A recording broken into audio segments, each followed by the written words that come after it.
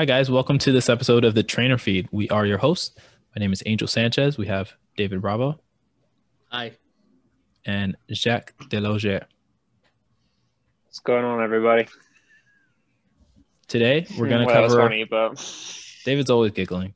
Today, we're going to cover a couple of topics. One is we're just going to take some time to reintroduce ourselves. I know that we've got some new listeners and some new viewers on YouTube, so it'd be a good opportunity to do that. Then we're also going to talk about a couple of topics. I'm going to cover whether training is an art form or not, or like a skill or not. David's going to cover gym etiquette. Gym etiquette, guys. It's about time. And Jacques will cover nutrition. cover some aspects of it, yeah, especially in New York City with the restaurant scene. Some of these restaurants haven't been open since everything happened last year, so some of the reopening, and then just trying to keep you guys accountable with some thoughts or some hacks that could help stay along with the theme of being consistent. Yeah, pretty much. Cool. So let's go into intros. I don't want to start, but I'm already talking. Oh, yeah, there you go. Go ahead, David. So jump in. Hey guys, my name is David Bravo. I'm a native New Yorker. I've been in the fitness industry for about 9 years, but I've been a trainer for 6? No.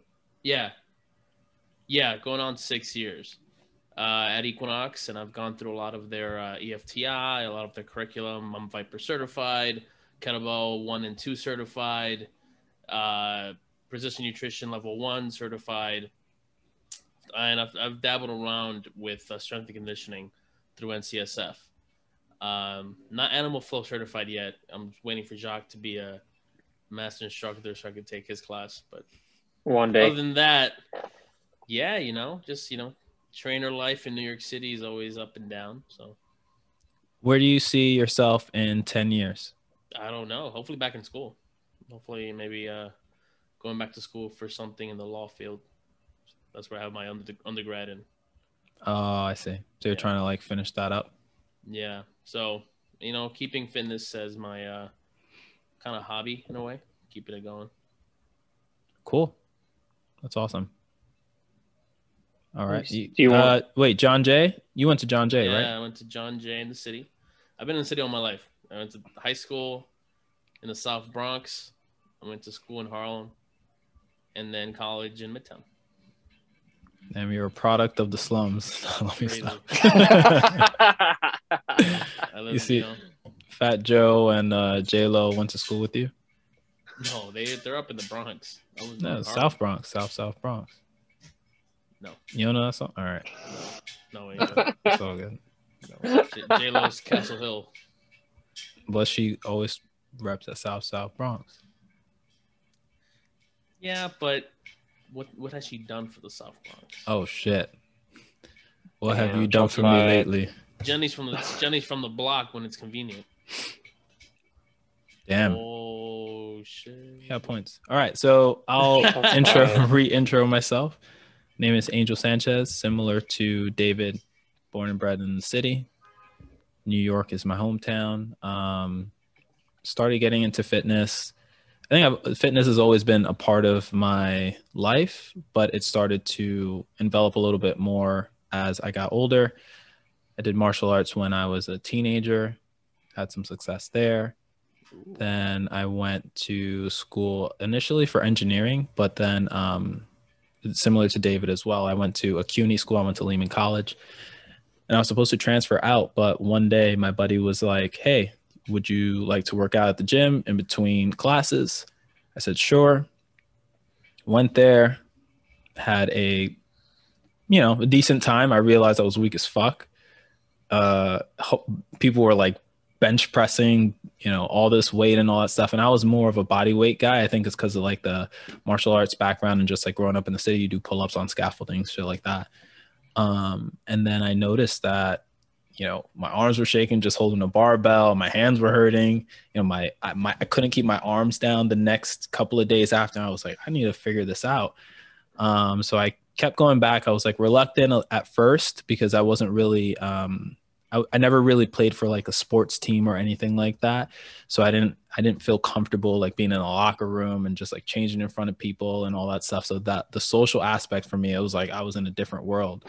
I mean, just this is how it is. So I've always like put it away. But then when I was thrown in there and then I started seeing improvements, people say, oh man, you got, I see you getting your weight up, and in the gym, they encourage you. And I was like, you know what, let me stick with this. Had a good time. Changed my major to exercise science. Then I got certified through NSCA, got my CPT, then I got my CSCS, a couple of years in the field, and did some PT work as well. Worked as a PT aide for a couple of years. I worked in line with when I started working at a gym. And now here I am. And I want to, like, based off, like, after listening to the podcast and being on the podcast with so many different guests, some of the guests have inspired me. I would like to do some stuff that Holly did. I don't know if you guys have, listeners remember Holly, but she did speak about going on a couple of teams and working with them as a strength and conditioning coach. So I would like to try to get my feet wet in that regard too, because I've worked a lot with general population and some athletes here and there one-on-one, but the strength and conditioning for teams seems pretty cool to me. So we'll see. Maybe in a few years I can get into that. I didn't know you had done your field of martial arts either. That was news to me. Yeah, I still got the belts to prove it. Maybe not the moves, but the belts.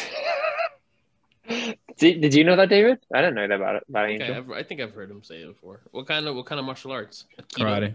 Karate. Ichi sanchi goruku shichi hachi. Okay. That's just 1 to 10 in Japanese. It really doesn't mean anything. Oh. No, I don't know what it was. It was like code for I'm gonna fuck you up or something. I don't know. Yeah, maybe that's what I gotta do right before 1 to 10. You have 1 to 10. You got 1 to 10. That's it. Yeah, right. You got to the count of 10. No, it's cool. I really miss that stuff too. I was thinking about, so before COVID hit, I did karate for like a year. Yeah, before COVID hit, we were thinking about, I think it was me, Tommy, Ed, Nick as well, who was a guest on the podcast as well. We're speaking about joining that jiu-jitsu spot that's on 72nd, between 72nd and 73rd. 100% down to do it. Or 70, what? Yeah, 72nd. On 72nd, 71st in Columbus. Yeah, we were going to get into that, but then obviously COVID hit, and then that's not probably the safest thing to do if you're trying to stay away from COVID. Probably not now. Yeah, that's like one of the first things that would probably one of the last things to come back, I think, wouldn't it? Because even if you were someone, I don't know who I was talking. I think it was on one of the podcasts I was listening to, and they were talking about martial arts or any kind of fighting that's involved with, well, any kind of fighting of that sort is such close contact that it doesn't matter if you're wearing a mask. I think you're just sweating and spitting everywhere. That the mask isn't even a viable thing at that point, I don't think. But right. I remember just like a couple of days. Just I have like vivid memories of a couple of things in karate. I think that's everybody who's done martial arts has. Like the first time you got knocked out or close to getting knocked out, the first time you got like the wind knocked out of you, things like that. But I remember got that far. Listen, man, these people. I never got far to spar. I think I sparred once. I was like 8, I think. So. There was a guy who used to do I forget the actual name of it. Maybe it's the one where fencing. So he was a fencer before. So that's the one where you have like the grill on. Yeah. One hand like this, yeah. Yeah, and then he just started out, and I was supposed to help train him for sparring. And so we were all paired up with people like of similar height, similar weight.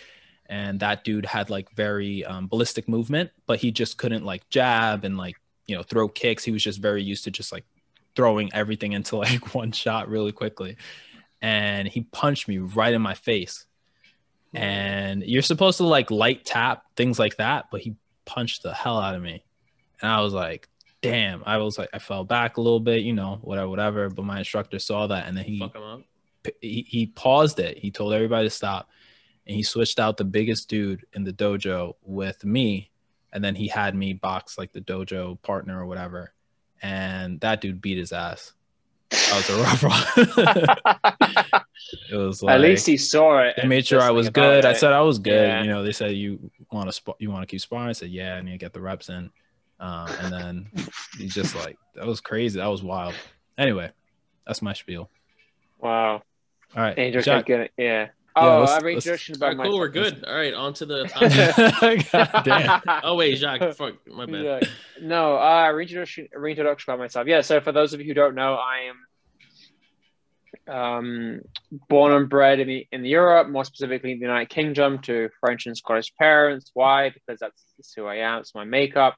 I've been in the States for 7+ years. I recently became a citizen actually in February, so that was pretty awesome.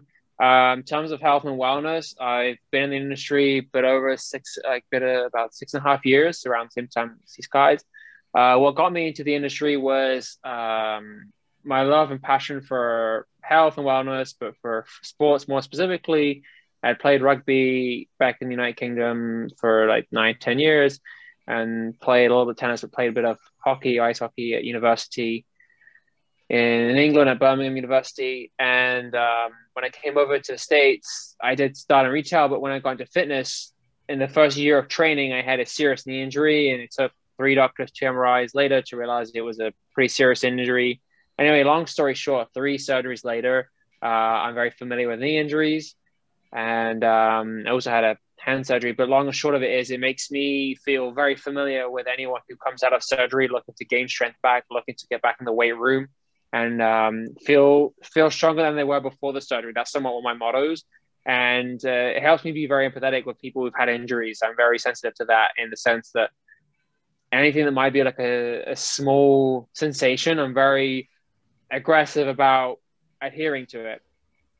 And usually the thought is anything that passed a week, we should see someone about it. And then I'm a huge fan of kettlebell athletics. One reason being is it was my saving grace through recovery when I couldn't do too much knee flexion, or when the workouts can be too intense. That sounds maybe contradictory, but kettlebells really allow you to have high intensity workouts that I think were low intensity on the joints. That might sound hard to believe, but if you're someone that's had knee injury, and if you can hinge and you can press pull, you can do a lot of dynamic workouts and patterns with that. So it was my saving grace, and that's why I really have just come to love kettlebells. And when COVID happened, or when it first happened last year, if you had one tool, and a lot of us have spoken about this when we first started this podcast, if you had 1 or 2 tools, what would it be? And kettlebell has always been that tool. And then for those of you listening, I've been working with David and Angel over 4.5 to 5 years, I'd say 5.5 to 6 years now, I'd say. And I think that's pretty much sums me up. If you didn't know already, I'm a huge Islanders fan. That's probably also really important thing about me. I am absolute buzzing big fan of them. Yeah. You said you went to the university in Birmingham. The University of Birmingham, yeah. So you a Peaky Blinder? Peaky fucking Blinder. Did you know Did you see one of the actresses passed away today with a fight from cancer? No, who? She's the one married to Damian Lewis. She passed away today, yeah, like about an hour or 2 ago. She was Polly. Crazy, Polly. right? Fuck. I think they were just filming a season right now as well. She was great. She was really fucking good. I gotta get into Peaky Blinders, but that's that's all. I didn't appreciate it, and when I went to school there, can you understand the accent? Yeah, you put the subtitles on. That's point in case you need the subtitles. I can understand the accent, but it's when I went to school there, I don't need to hear the accent anymore. So I will get back into it. I think Cillian Murphy does a very good accent. He's very convincing. Cillian Murphy's amazing. He's so fucking good. He's so good in it. Like you would think he was born and bred in that city just by listening to it. He's in the app to put you to sleep. Calm. Hi, I'm Cillian Murphy, and I want you to go to sleep. Not to mention I'm the guy from the Peaky Blinders. Dude, he was really good. I know he does it in his normal accent, right? Hi, I'm Cillian Murphy, and I want you to go to sleep. Here, listen to this. Get the fuck to sleep, all right? You're pissing me off. I can't believe I get paid to tell you to go to sleep. Jacques, where do you see yourself in 10 years professionally? Thank you, Um, David, for setting him on that tangent. Set me up on that tangent. David's good about doing that.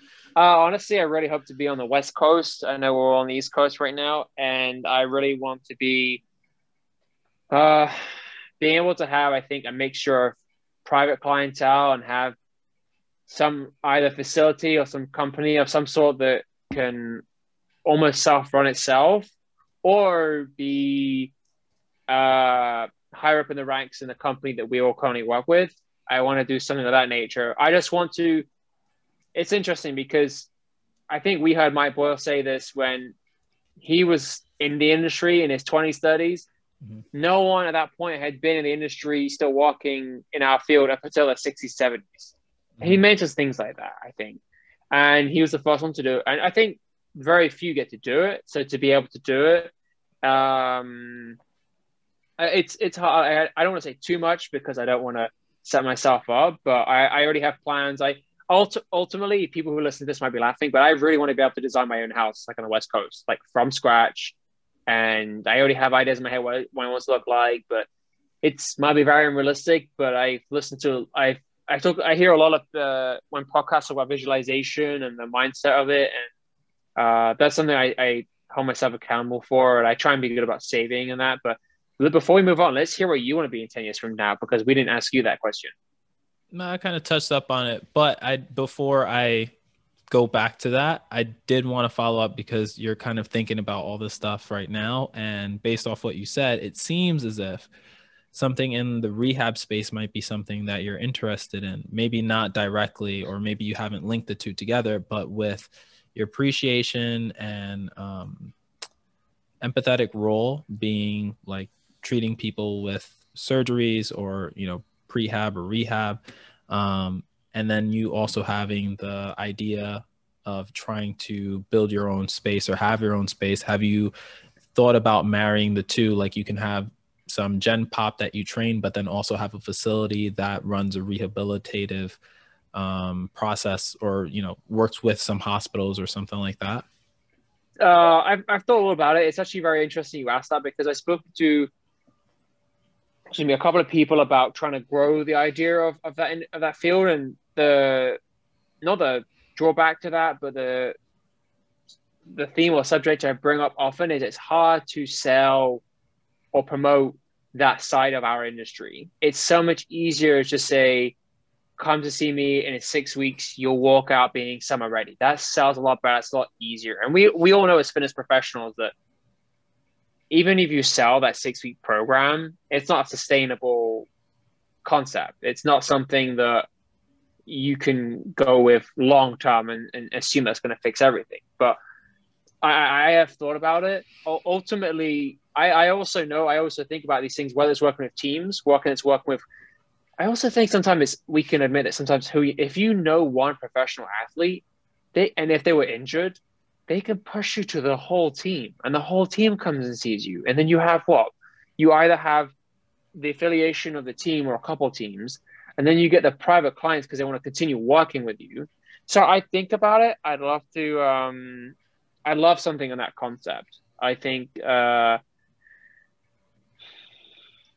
it's something I think of a lot. I have ideas in my head, and some people even suggested combining Pilates of training, because Alex is a Pilates instructor. I don't know if I could run a business with her though. I think we end up like going crazy. So, but the PT facility that I used to work at was owned and operated by husband and wife, and the wife ran the PT operations, and the husband ran PT as in physical therapy, and the husband ran kind of like a gym section of it, where they did a lot of like high intensity interval training and things like that. Did a lot of classes, group fitness classes. So it's not impossible. And not impossible. They didn't seem like they were going to kill each other, but they did have their own like separate spaces. Generally. Yeah, I think I'm interested to see how it is, but I don't know. I visualize because I think sometimes when we have, without going off too much of a tangent, it's funny because I think with routine and visualization, I think, for example, if we struggle to have time to work out for ourselves right now, say between clients, I sometimes think, how much harder is it going to be in 5 to 10 years time when I have kids, or when I don't have the luxury of just, like, even with having a dog, sometimes I take him into account. I have to think, oh, it has to be a certain amount of time. Where is he? Over there. Yeah, just chilling. How long it is before you take him out, whatever. But in 5 years, 10 years time, I'm thinking, wow, I'm probably gonna, because when we train clients at 6 a.m., I'm always thinking to myself, oh god, this is brutal. I can't imagine training at this hour, let alone, like, it can be difficult to get up and be there at 6. But I'm thinking that's going to be me in 5, 10 years time. The only time I'm going to get to work out is between 6 and 7 a.m. like our clients. And it's a little, but it's just realization. And it's just, I visualize that as well going forward. I'm thinking that'll probably have to be me, because there'll be no other time for us to get it. Can you imagine? It's already, I don't know. We're not going to get the time at between 3 and 4 p.m. Or maybe not. But if you run your own business and you work between 6 a.m. and 2 p.m. flat, maybe you do have that time. I don't know. I'm just guessing that it'll be difficult, but going off on a tangent here again. Yeah. No, that's cool. I was just wondering if you put those two ideas together, and you'll still have time. And, honestly, the visualization thing really helps with keeping track of what you want to do. One of the things that I did coming out of school was just, I wrote down a couple of things, like 5 things that I wanted to accomplish in the next 5 years. And I tried to make that happen. Some of them were just silly, and I was just like, that's ridiculous. But other things were pretty realistic, right? Like, I was like, financially, let's just pay off all the student loans. And that got finished. Like, I did that. Right. And that was one thing that I thought, oh, I'm going to laugh at this a couple of years from now. Like, what the hell was I thinking? But then I did it. And then I was like, all right, that's cool. So little things like that. So visualization, plotting that stuff out, and then also seeing where you're at right now. That's the beauty of being your own boss too. If you create your own facility and you create your own space, you can kind of make it whatever time you want to make it. Like, you can take those blocks off, and you can say, all right, so I'm going to leave early on Wednesdays and Fridays or something like that, so that Alex can, leave early on Mondays or Tuesdays or something like that. So you can make your own schedule, you can make your own business and make it happen. Yeah, because if you have a good idea and if you're good at what you do, I feel like people will support you. And the money will come in order to help you facilitate that. Right. I think it's when people kind of half-ass it, or things just get crazy, like chaos ensues, right? Like, for example, COVID, nobody really predicted that. So a lot of people are out of businesses just based on either the nature of what they did or the location of where they had it, right?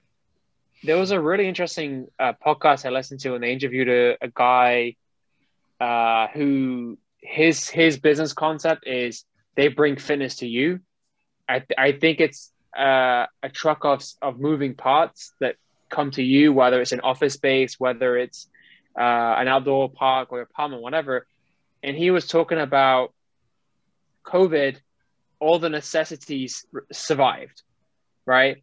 The things that might not have been quite necessities didn't survive. Well, that was his point making, and like fitness being one of them. And I think that speaks a lot to, with virtual training, for example. He said no one was really virtual training before COVID happened.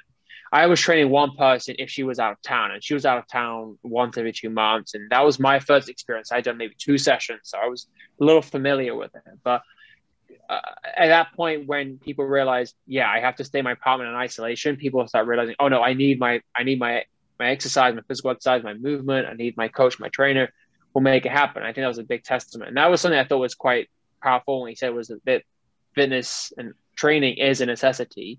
And unfortunately, some things didn't survive. And going back to journaling and COVID, I think it's so hard to think that there'll be anything quite like this that shuts down so much of the economy ever again. I think maybe I'm being naive. Another pandemic. I don't think we're out of the woods yet either, but I think that and just for our listeners, I am the only one here with Johnson & Johnson, and I am fine. I'm here to tell the tale. Okay. Sure? I do not look like the guy from the Goonies. Hey, you guys, someone sent me that meme. I thought it was hilarious. But I journaled in January 2020. In January, I was saying, all right, I'll get my third surgery. And for those listening, it was just a minor cleanup. It wasn't too bad. But I said, let me do the surgery in February, right? Then I'll have the whole year to travel. and I wanted to travel in 2020. And I was writing down Nashville, maybe Miami, California, Austin. I want to go to Austin. I wanted to go to the Primal Soldier has a workshop. Him and his girlfriend. I was at On It Academy. I said, I've never been. This will be good. And then writing all these places down, I love right? how this COVID guy is identified by his handle. Like he doesn't even have a his name. handle, Eric Leia, I think his name is. But COVID happens. March, we go to Jersey to Alex's parents. I come back in June and I look at the journal. I'm like, I had no idea that COVID what was going to unfold and how all these places but we've already set ourselves that we're probably going to try and go to California this summer.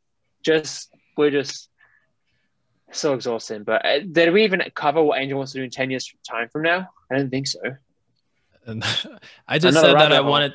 No, yeah, I just said that I wanted to go and try to get my feet wet into like athletic training and training some sports teams or something like that, or being a strength and conditioning coach, even if it's like an internship or something like that, or I'd just like jump in every now and then to sub.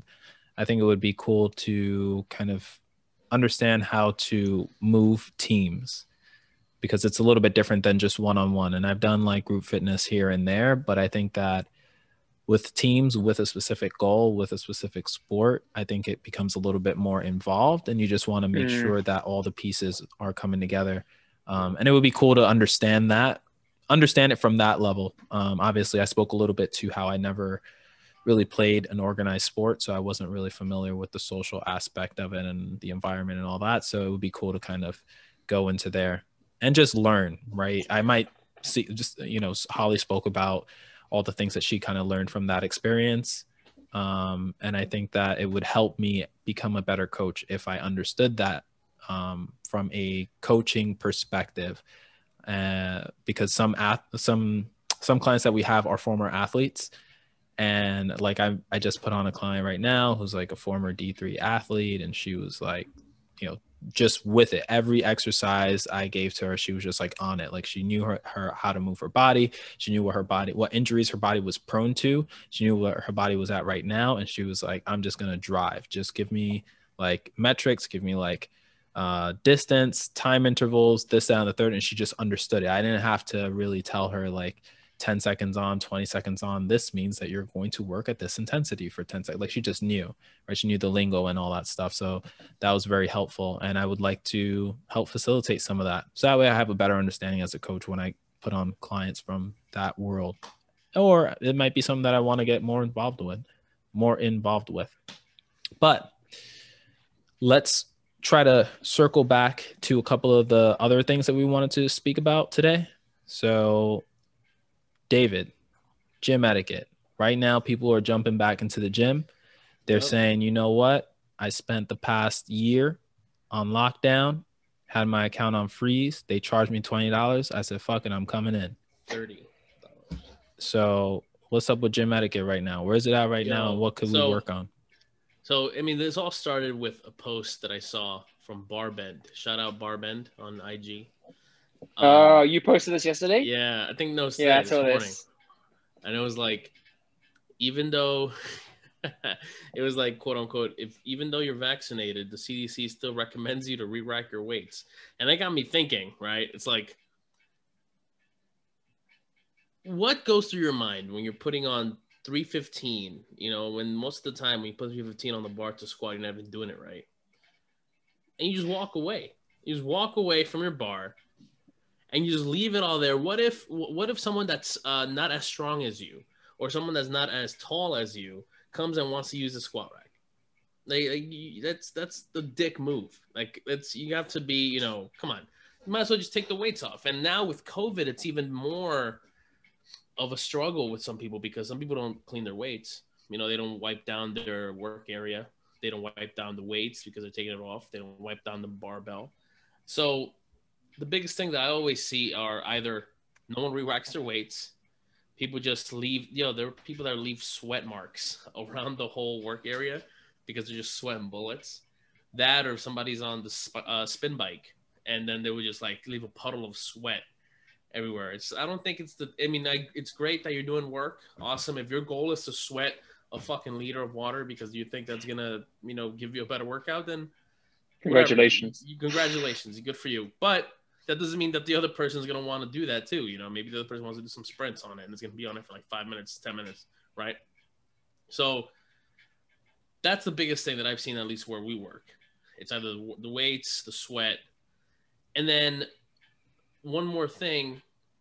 I mean, we all know these people, some members included, where, if you're doing a superset, across the gym floor, and then somebody wants to use the machine, you can't be like, I'm using that when you're across the way, and that's when gym etiquette comes into play, because we're all in there together. We're all trying to better ourselves.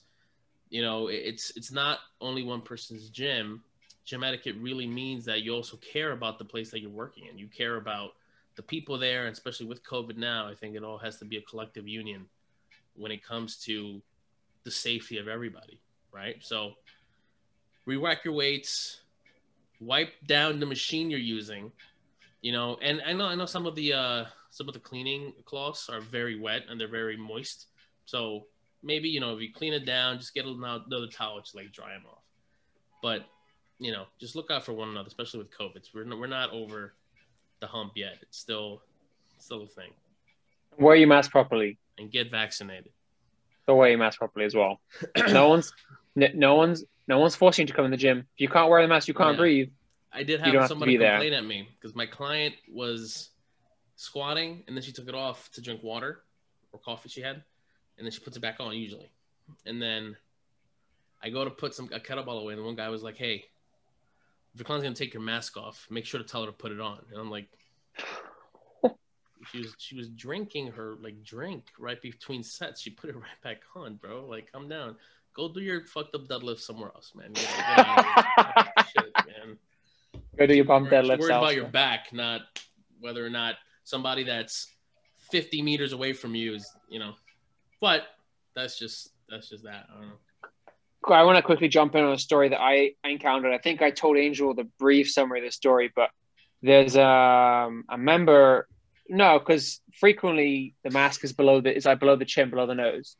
And I was working out, and the person was doing banded monster walks, and they were in the middle of the floor, and the mask was below the chin.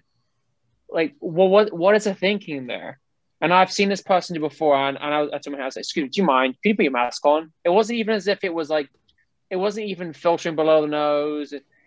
And then she said, I identify as a she, whoops. But she said, "Oh, yeah, just so you know, I'm vaccinated." I was like, "So am I." I don't care. Guess what? We're all trying to, it's not different for anyone, or just, it's just a scenario. I actually, without going into it too much, I think you, like anything in training, I think you build a tolerance and an adaptation to working out with masks. I think the first time you do it, it's difficult, but I think you build an adaptation. But I don't want to adapt too further. It's still not fun. I don't want to do it forever. But Angel, I don't want to jump in. Sorry. Go ahead. Keep doing what you're doing, man.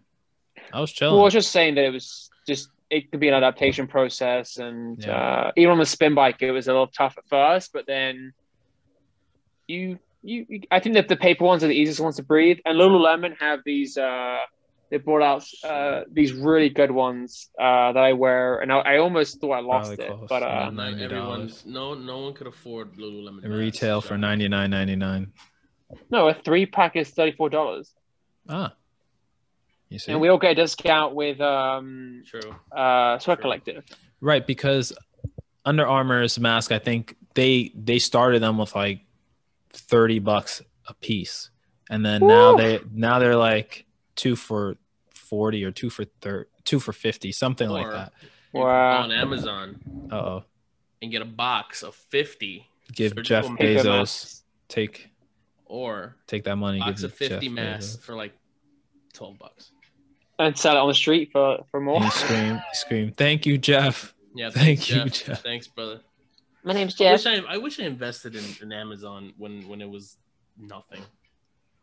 You saw that picture? Is it 98 or something? When he has this is Amazon. He has like a Yeah. A paper sheet hanging from the wall. That's what it started off as. Dude, Dogecoin went up. I bought Dogecoin when it was like 0.006 a share, or like a Dogecoin. I bought $100 worth of it, right? And I lost. Like now he's a millionaire. No. I lost like $20. I'm like, fuck this. So I took my money out. Now it's selling at like 30 cents. It's insane. I'm like, I'm a fucking idiot, man. But that's how the market. And I know. My buddy texted me. He's like, "Yo, do you still have that Dogecoin that I told you to buy?" I'm like, "No." He's like, "You idiot!" Like I'm sorry. I mean, what do you? Someone was talking about Bitcoin, about how someone's relative told them to invest, and they spent like invested $1,000 into it, and then they were pissed because a couple years later it was worth $100, $200, but now it's worth 36 $20,000. So it's worth 20 times what he originally invested in it. Dude, so NFTs and Bitcoin, NFTs, right? No, there was this artist online who was doing art for free for people. She graduated from art school. Her name, Ali Spagnola or something like that. Was selling just free art, like free pictures to people. And they're like, hey, you could donate, give me $1 at whatever, buy me a coffee. Here's a piece of art. And one guy years ago was like, here's a Bitcoin. Gave her 1 Bitcoin as a payment for this fucking thing. And now she's like, oh shit, I remember I have a Bitcoin. And she looked at her account and it blew up. It's crazy. Now she has like $30,000. Because 1 Bitcoin is worth, it's not as though 1 Bitcoin is $1. 1 Bitcoin is thousands, I think, right? Yeah, it's like $30,000. Yeah, most people only have parts of a $61,000 Bitcoin. of Bitcoin. 1,000 with a D. With a big D. 61 grand, bro. Speaking about art and artists, do you guys think that personal training or coaching is an art? Or do you feel like it's a skill? Or do you feel like it's a blend of the two? And if so, how much of a blend? That's a tough one for me. Because everybody's a personal trainer now. Everyone's a fitness guru. Everyone is a fat loss expert coach. It's hard. I think it's a. I don't know. It's hard to say if it's an art because if it's art, then it's about perspective, which means that everything is art. Therefore, the value goes down because everything could be art, right? And I wouldn't classify a shit trainer or a shit squat, a shit deadlift, horrible form as art because then you could really hurt yourself. And then what's the point? So I don't know. It's tough. It's really hard to say whether it's art or not because I don't want to. I think that the value in something,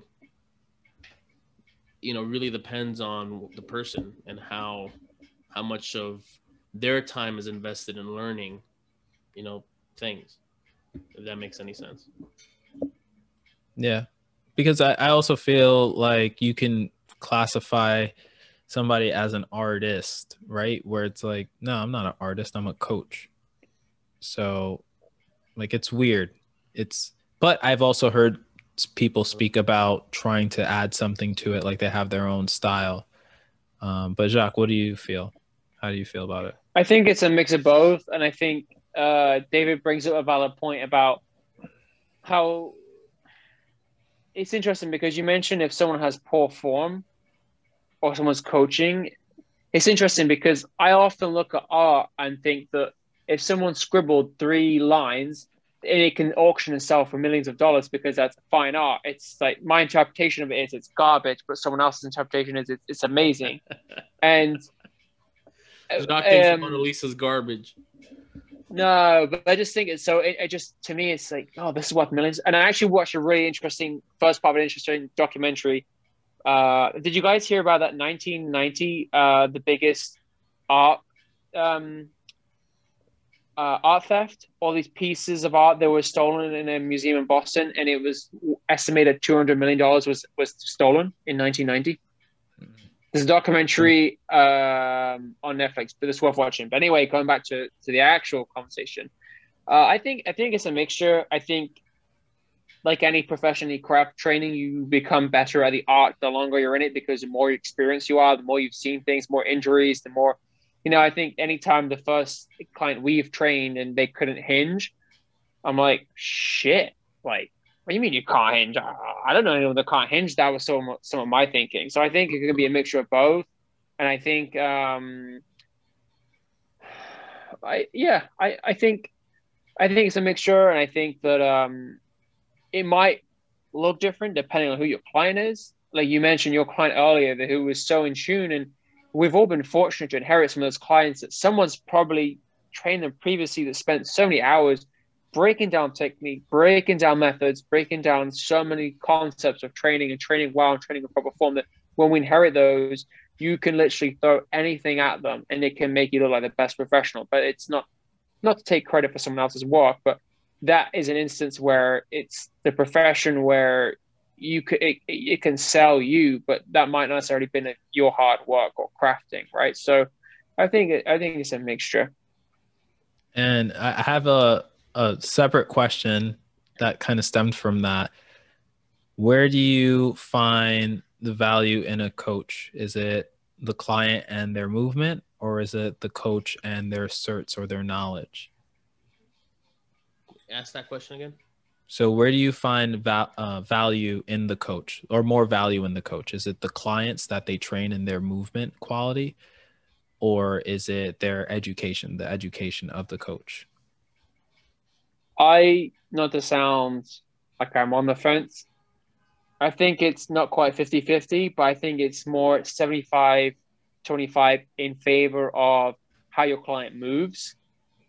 That might sound unfair because if the person doesn't listen to you and doesn't do homework, at the end of the day, if you're in charge of moving them, I think there should be accountability and onus on you to help them move better. Or I hate thinking if someone does something wrong or does something in a dangerous method that might hurt them, that they've been under my scope of learning how to move. Whereas you can learn everything and read everything, but if you can't either convey that information through to your clients, or if you can't translate what movement should look like for someone and they can't get it, something along the way is lost in translation. It doesn't make you I wouldn't say it makes you a bad coach. I just think you're more effective at the understanding or learning. I'm sure there's people that understand biomechanics better than they actually teach it. Because I can read something, an article, like the article you spoke about space. Remember about the melatonin supplementation? Oh, yeah. So when I read that, I understood probably 95% of it. But when it came to explaining it, I wasn't very good at explaining it, which doesn't very justify my point here about how you should be 75% more capable of teaching how to move. But the point is, I'm better understanding the information, but I can't quite relate it. So when it comes to movement, that's an area of opportunity for me. But I've always felt that was decent about movement. But when it comes to information, I could let the documentary. I could tell you what happened roughly, but I bet you about 9 out of 10 people would be better at explaining it. Mm. What about you? What about you, David? David, go for it. I think it's kind of the thing between, like, one comes before the other. I mean, what if you have no clients and you're taking all these certs and you're learning all these things and you're trying to show your value to someone? It's like, okay, I don't have any clients, so the value has to come from my knowledge and what I've learned and how much time I've put into it, all the sweat equity that I put into my business. And that's a lot of value. And I think Wait, no, I wanted to interject because don't think of it as like the number of clients, but think of it as like your client's movement quality, because that's another conversation, right? Because I know that there are some trainers or coaches that have a ton of clients and then they're all like shit movement. Yeah. But then that's different. No, but I'm saying like just one client, right? Like if you have one client, then sure, you could be like, hey, look how my client moves. But at the end of the day, when you're starting off your business, you really have nothing to go off of. And the more clients you get, and then the results, quote unquote, because everybody has different results, the results could also be something that adds more value to you, because the person is going to see, wow, this person has helped these people get to where they get, you know. But it's tough because, like I said, there are clients that we have that are very, thick-headed, and it's hard to get the results because you could teach them everything you know, but then that one client, you don't want to blame it on the client when it comes to your showing your value, because it's like, you don't want to say, oh, I'm not going to show you this client because they don't have results. So, let me show you the ones that do have results. So it's hard. It's really hard to say. I would also just say, like, the results aspect of it too is tricky. So if you're talking about movement quality as a result, then that will fit into the question. Because if you're talking about weight loss, weight gain, muscle mass, things like that, that's a broader kind of like, that's a broader scope, because you have to cover more bases, right? Yeah. So you're covering nutrition aspect. Well, when it comes down to looking at movement as your value, like reps, like look at the quality of somebody. So each person has 5 coaches. One's got a ton of certs, one has 0 certs, and he's got that's it. Yeah, one coach, but they both have 5 clients. One's got 0 certs, one's got 1,000 certs or 100 certs. So one has 1,000 certs, the other guy is just 0. And the movement Instagram quality influencer. Sure. Yeah. Instagram, IG influencer's got his 5 clients have what you would call, and this is a high bar, no pun intended, for David to say that somebody has great movement quality, but they have great movement quality as certified by David Bravo. But then you got the coach with all the certifications, and then he or her has those 5 clients with poor movement quality. Dude, even then it's hard, man, because the 5 clients that the Instagram influencer has probably just genetically have great mobility and flexibility. You know, it's hard. I'm not trying to be difficult into giving you an answer. What if they both coach them into whatever they've been training them for? Let's say a good framework would be 5 years, right? In 5 years, you can train somebody, in theory, you can train somebody with poor movement quality to at least okay movement quality. Right? Okay. That's it. Period. Dot. That's it? Yeah, that's it.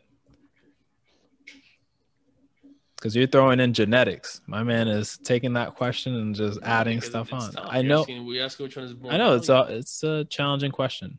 I don't know. You don't want to give credit to the IG influencer. That's what it is. No, it's not that I don't want to give credit to them. You don't want to give credit to Primal Soldier. I'm sure he has a shit ton of certs, right? No, I'm sure he does. But yeah, I don't know. I don't know, man. I can't give you an answer to that one. Yeah, I think it's a blend, right? So Jacques spoke about a blend being the 75% for movement quality and then 25% for like the knowledge or experience or something. For the knowledge, let's not throw experience into it.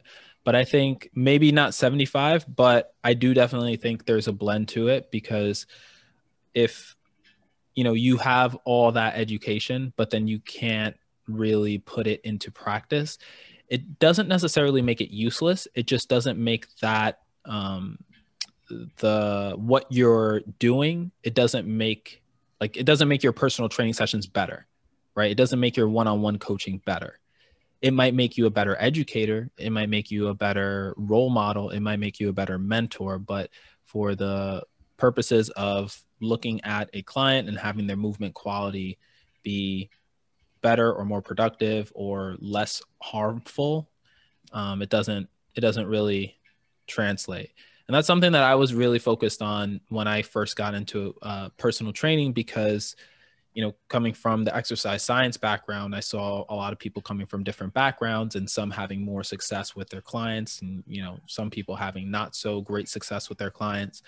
And I was wondering, like, what's the equation? Like, what makes a good coach? What makes a good trainer? Because I'm like one of 5 in a club full of like 40 to 50 coaches that have a background, like a, college background, at least a bachelor's in exercise science. But that doesn't make those 5 coaches better, because they might not have as much clients, or the quality of the movements might not be where it's at.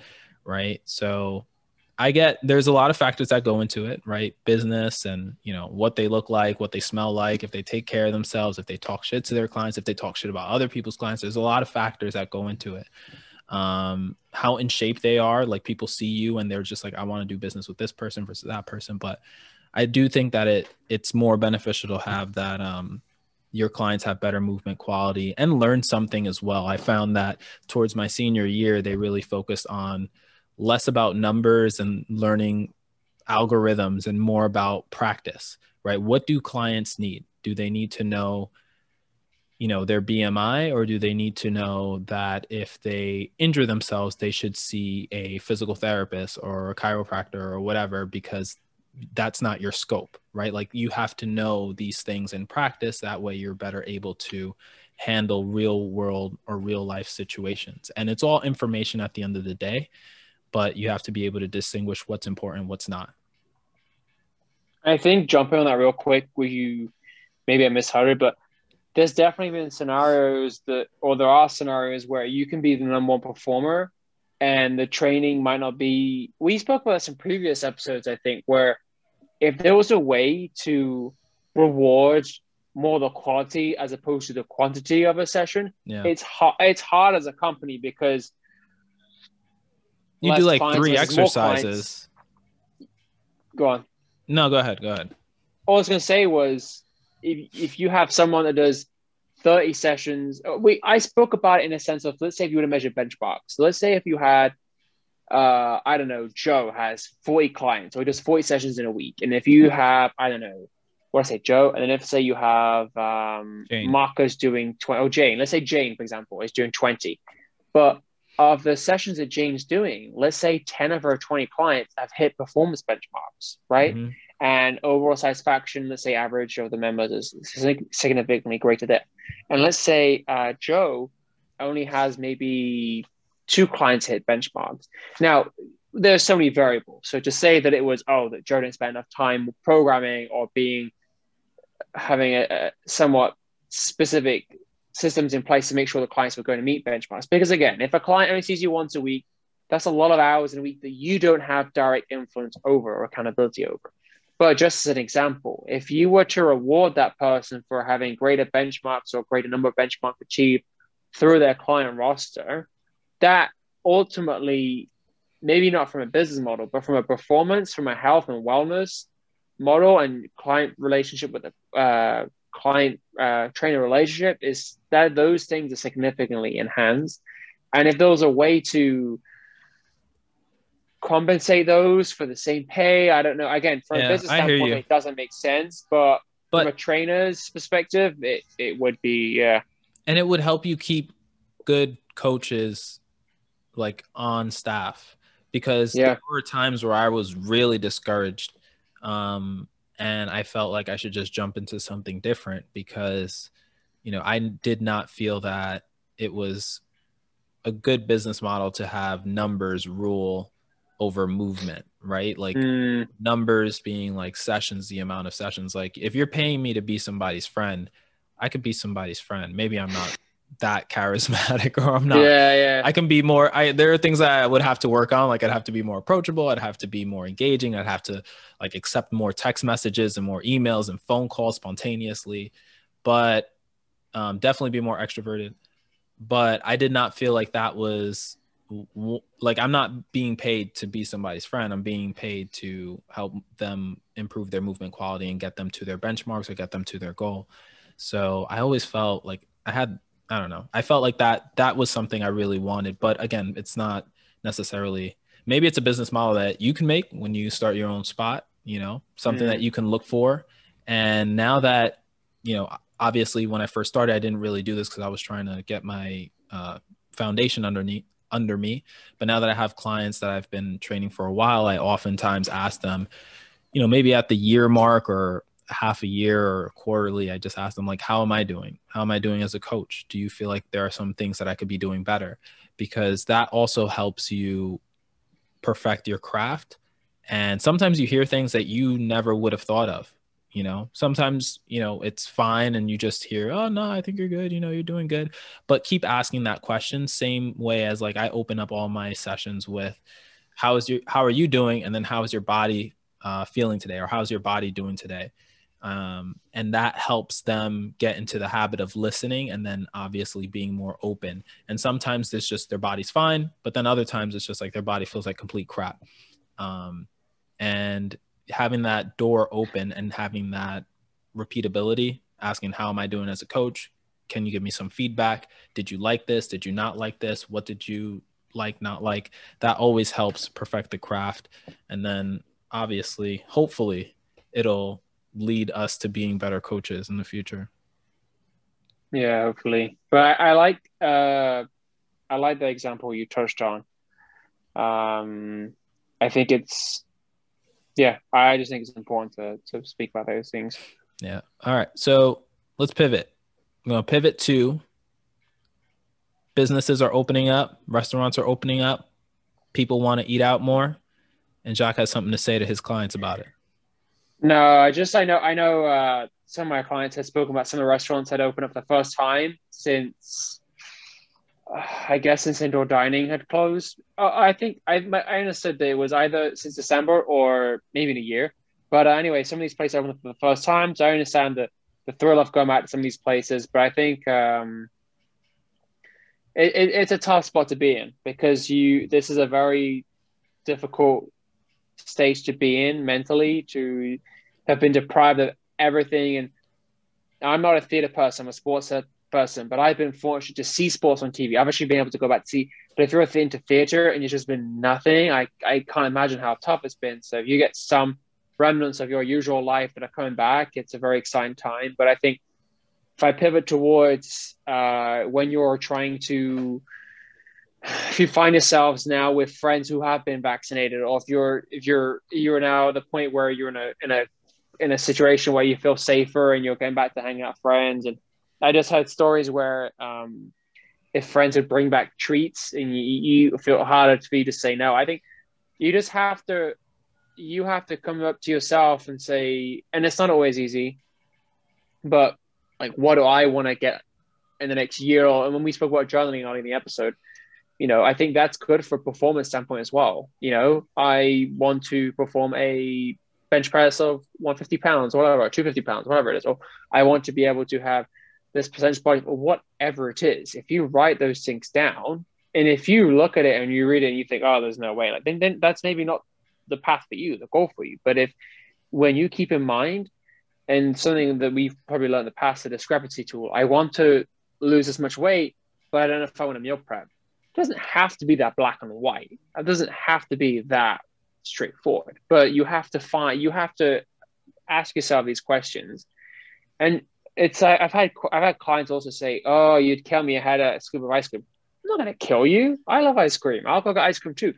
But if you're having ice cream every single night, then we have a problem, right? And if it's one scoop compared to, look, this was the best. What did I tell you? I told you the McDonald's story, right? When I had a client try and go to Trader Joe's and went to McDonald's and crushed the McDonald's. It completely backfired. When I told them they weren't working at the time. And I told them, go to Trader Joe's, just take a look at what the food is, so that way you can be familiar with what I'd want to get, what I would cook, this and that. And this person saw the lie and thought, nah, and went next door to McDonald's and crushed a Big Mac. Now, he said, oh, it was so good. And I think that's important to do every once in a while. Find something that you like and enjoy it. I guess before I go off on a tangent, I think it's a healthy mindset to have something, the foods you enjoy, on a somewhat frequent basis. And what I mean by frequent, I think once a week is sufficient. And I think if you have that mindset, because going forward, you can do that long term. You can do that for years to come. If you were to, like, what I don't know what podcast I listened to, but they said diets.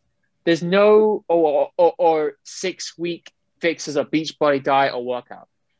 You never find a workout or a diet plan being sold off, stay in shape, right? Do we ever see that? No, because it's always go from A to B, go from this lower position to a higher point where you want to be in a better position and be in a specific physical outcome. And there's never anything to say, oh, stay in this position, stay in this this physique that you're in, this peak physique. Maintain. And maintain. Nobody's promoting maintain. It's always no one promotes that. Lose this, gain that. Because what those fad diets are, it's a cycle. Go back into this one, go back into that one. And it's more habits. Yeah, more habits of maintaining are sustainable. I think when you go into, and I'm sure like RDs can probably speak to this, registered dietitians could probably speak to this a lot more, but I'm sure that the qualities of the maintenance phase are more sustainable in nature, and the qualities of the opposite of that, like either gaining or losing, are probably more short-term strategies or short-term qualities. And I wonder, if there's a reasoning behind that. I'm sure it gets deep with, psychology and, availability of foods and even neighborhoods and communities and what kind of foods they have. But yeah, I was just, when you mentioned that, I kind of thought about nobody's preaching maintain, but that might be a reason why too. And also, money as well, right? Like it sells to say you can lose this or you can gain that, because that's constantly where people are at. And it's honestly, sometimes it makes me sad, like a little bit sad. I try not to get too bogged down about it, but just thinking like some people will never see like this physique in their body, but they're going to spend their whole life trying to work towards something that will never happen. And that sometimes makes me sad, because it's like, sometimes you speak to people and you speak to friends, and we have friends and they're always like, yeah, I got to lose this, or I got to gain this, or I'm trying to do that. And it's just like year after year after year after year, it's the same thing. And it's the same sort of story. But some of the conversations I've had as well, when someone says, I want to do this, I want to be aggressive, and I want my approach is I want to lose this much weight, and I'm going to do this. I'm going to commit to this many amount of walks or something. If let's say it's a friend and it's not a client, if you reconvene with a person, you ask them, how's it going? Oh, I stopped. The likelihood that they stopped was because the bar was set too high. If they gave themselves a habit that was too much too soon, right? If you've gone from not walking at all to 4 walks a day, that's too much. But with and like you said, Angel, it's a really good point about genetically. We spoke about this in the past, where you want to look like Thor, you want to look like Christian Bale or Wonder Woman, whoever it is. Genetically, it's not a defeatist mindset, but your body's never going to look identical to that person. And it's not surprising when Men's Health tells you these are the workout, these exercises. Yeah, we could all pretty much tell you what exercises are. So when you go on Pinterest, I laugh when I look at some of these things. Here is a glute workout. It's nothing different that we don't know already. But the way it's conveyed, the way it's marketed to this is or for example, the craziest thing I saw is if you want a body like this shape or that shape, right? Depending on size or arms, and do these exercises. Some of those exercises I thought were actually kind of bullshit anyway, for one. And you just, nothing that you guys have just touched on, nothing beats consistency. Those memes where, oh shit, summer's in 2 months, I best like get my beachfront body ready. I love the memes or the jokes where they say, I've been working for somebody all through winter.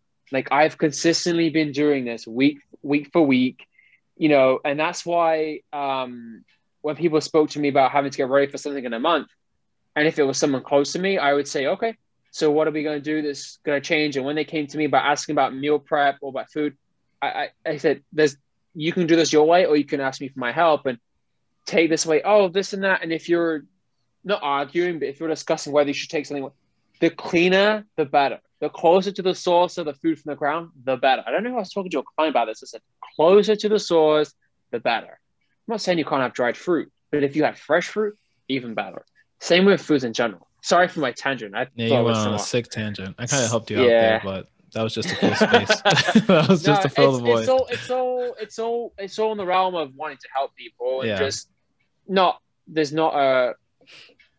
I'm not going to rant too much about this, but I don't like.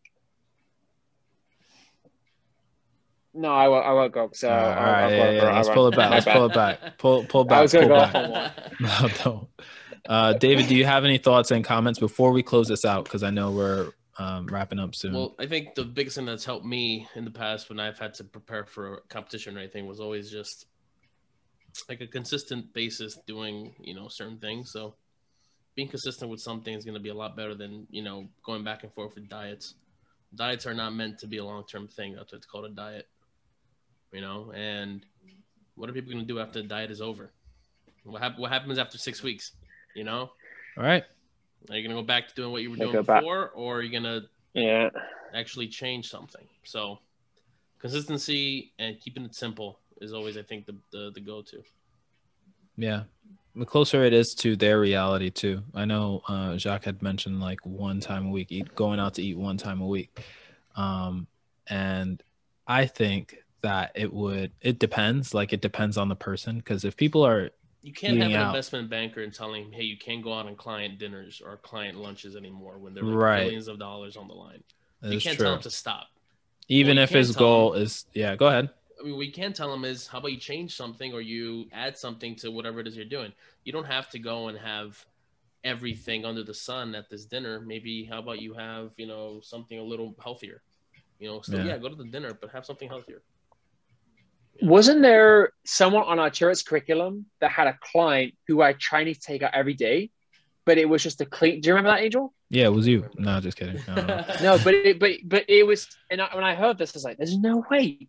But he specifically said the details were the vegetables were always steamed, and the meat wasn't fried, or I think the meat was steamed as well. But it was just the client wanted to get Chinese takeout every day, but it wasn't with heavy sauces, and he said their client saw results. I mean, I don't think that's the best way, but that's an example of he wanted to go to Chinese takeout, and he still did it a healthy way.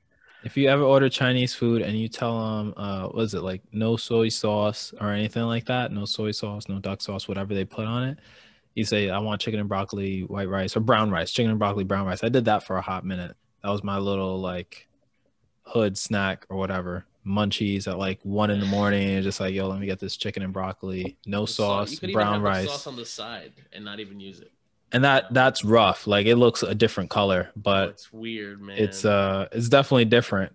The meat looks like Casper. It does. But you're like, wait, is this actually real meat? Yeah, then you're like, right. New York City rats, probably what it is. It's probably in a bucket. They probably here in a bucket. Scooper. And you're just like, but I'm lean though. My fucking immune system is shit, but all right, let's wrap it up. Any closing thoughts? Any of you guys want to like say anything before we wrap it up? I just say give action. No, I just want to say I think that listeners, stay tuned. We're excited to bring on more guests, and we're definitely expanding outside of we've gone outside the New York area, but we're trying to get more creative minds. So stay tuned. What's up? Literally, Jacques is not even in New York right now. I am in Lancaster, Pennsylvania. Yes, Lancaster. That's how you say it. Lancaster. Lancaster. You say Lancaster. Not yeah, Lancaster. That's I made that mistake. I went to Lancaster twice. What for? Weightlifting meets, dude. They're so strong over there. It's ridiculous. Like fucking farm. Well, they're boys, probably farm strong. 13-year-old, 14-year-old farm boys lifting over 250 pounds over their head, and they look like fucking toothpicks. That's why I just started reading more. I just started reading. I was like, fuck that. I ain't beating that motherfucker. No, I went. I'm like, oh my god, man. But Lancaster is a really fun place. Did you go into like the town square where they have like that big black statue of a guy in a full disclosure? I checked in 10 minutes before we jumped onto this, and my trainer's a little late. So I saw Alex for the first time in like 4 or 5 weeks, and she put me up. Checked in. She had to go off to rehearsal, so I've seen her for like 5 minutes. Dude, walk around. It's a really nice place. I'm gonna grab some food. Have the milk. I know there's a mole. Fresh from the udder. Wow. Fresh from the udder, man. So, well, I want to check it out. I want to see. I've heard about the Amish, checking out the stuff around here, and she's doing 2 shows tomorrow, so I have time tomorrow to kind of explore. Dude, don't get kidnapped by the Amish, man. No, there's a Nike outlet though, so I'm gonna go check that out. There's a what? Nike outlet around here. Oh, okay. Yes. I was like, give me a pair of shoes, bro. No, that ass. Give me some shoes. I mean, if you guys are on FaceTime tomorrow, I'll FaceTime if I see anything. But all right, shoot me a text. I'll Venmo you. All right, guys. Thank you so much for joining us on this episode of the Trainer Feed. Feel free to subscribe, all that jazz, and we'll catch you in the next one. Bye, guys. Bye.